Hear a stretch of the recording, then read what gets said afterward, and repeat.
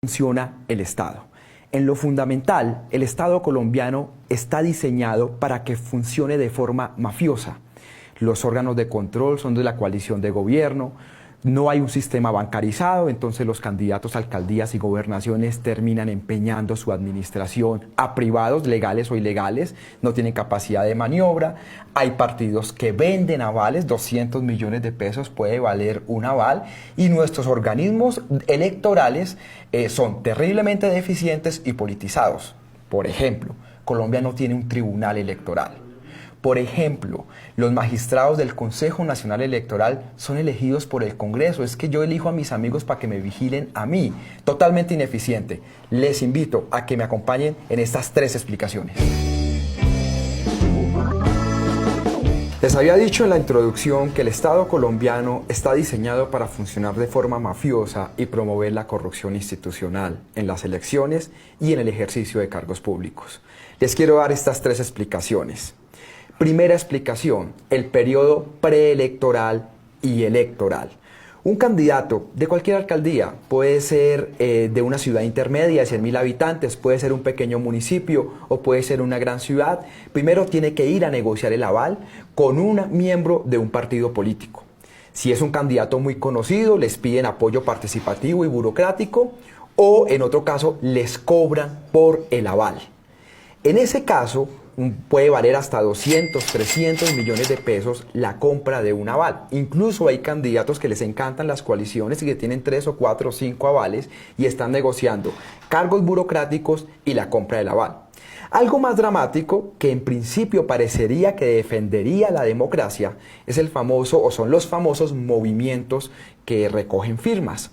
Y esto se hace, son candidatos tradicionales, súper conocidos, que van a tener avales de todos los partidos, pero esto se hace para hacerle trampa al sistema electoral, porque cuando usted recoge firmas puede comenzar la campaña 2 o 3 meses antes y así, como se dice popularmente, mamarle gallo al sistema electoral.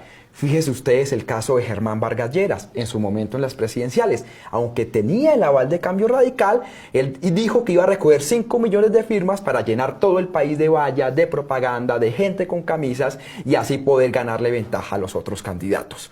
Ese es el primer momento, cuando tú consigues el aval, vas y buscas plata para pagar ese aval, quedas empeñado con ese partido político y luego, que es el segundo momento, tienes que conseguir plata para la campaña electoral.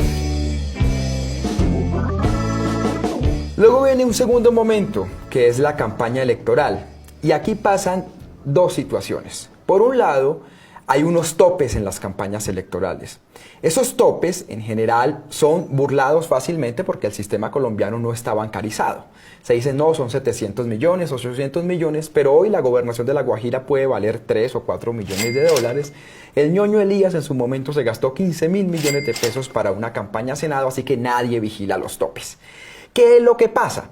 Que el candidato, usted como ciudadano o yo no tengo 3.000 millones de pesos para competir por una alcaldía en Jumbo o en Palmira o en Bello, Antioquia, no los tengo.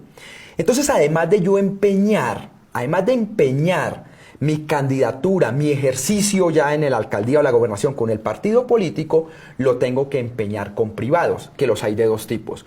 Los privados legales, empresarios, contratistas, que piden el 10 hasta el 25% en los contratos, o los privados ilegales, que son narcos, que es cuando financian literalmente campañas. En ambos casos, el efecto es el mismo, cooptan el Estado y se vuelve un Estado corporativo.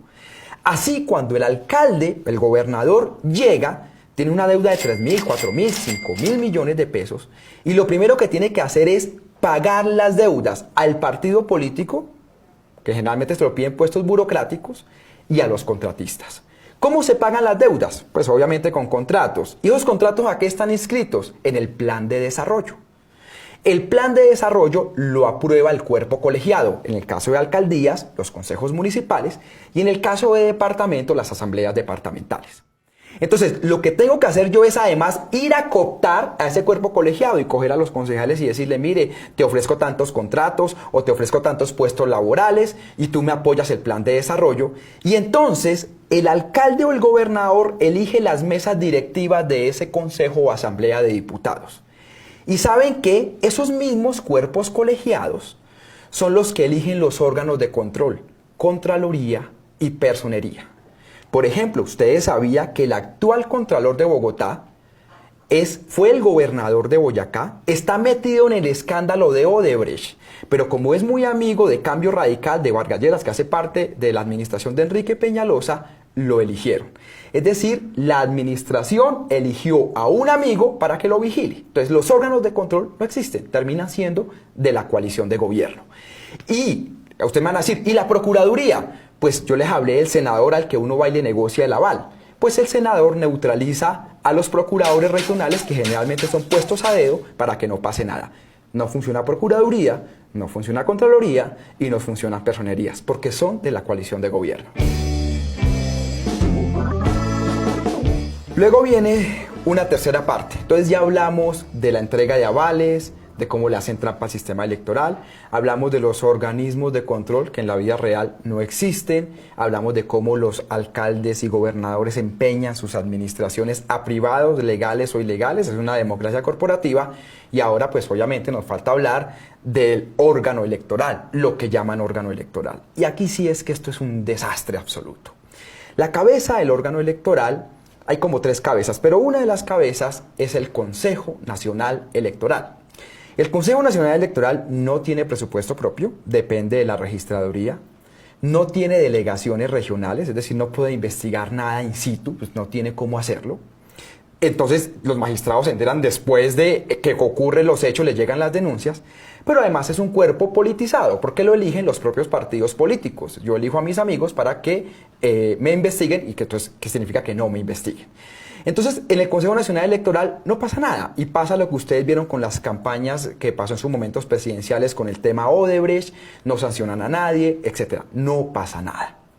Luego está la registraduría, que la registraduría es una cosa absurda porque la registraduría en Colombia organiza elecciones, lidera el conteo, entrega los resultados y es la encargada de contratar todos los supernumerarios o todos los contratistas para organizar las elecciones. O sea, una sola entidad hace todo eso. Eso obviamente en cualquier país democrático que genera muchísimas dudas.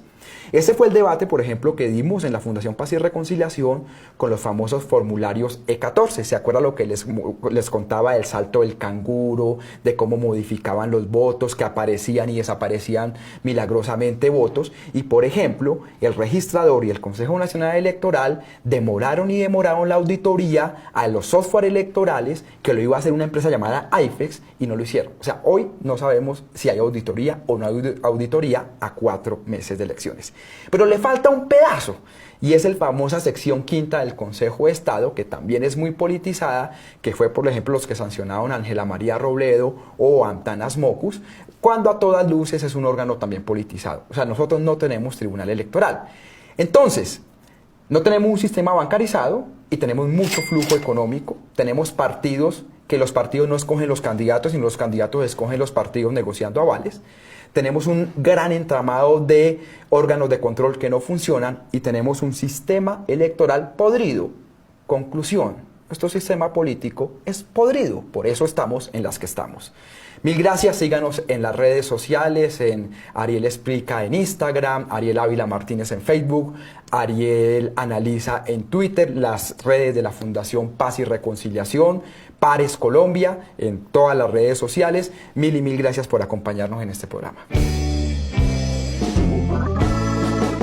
Y les tengo una ñapa en todo esto. En estrategia militar hay una cosa que llaman las trampas cazabobos. En temas electorales también las hay. El gobierno de Iván Duque, como todos los gobiernos anteriores, anuncian una cosa que llaman el plan elecciones, que es blindar las elecciones. Y usted va a ver que van a hacer un despliegue inmenso, policías, ejército. Eso se hacía cuando las FARC quemaban urnas, no dejaban hacer elecciones, el ELN, es decir, hace 20 años, 98, 99, era lo que se hacía. Pero no se hace nada para blindar al país en temas de delitos electorales. El famoso plan democracia es eso, es en temas de seguridad en un país en posconflicto, donde eso ya no es tan importante, y con eso fingen que también combate los delitos electorales, lo cual es totalmente falso. Así que no caigas en las trampas cazabobos de los gobiernos de turno.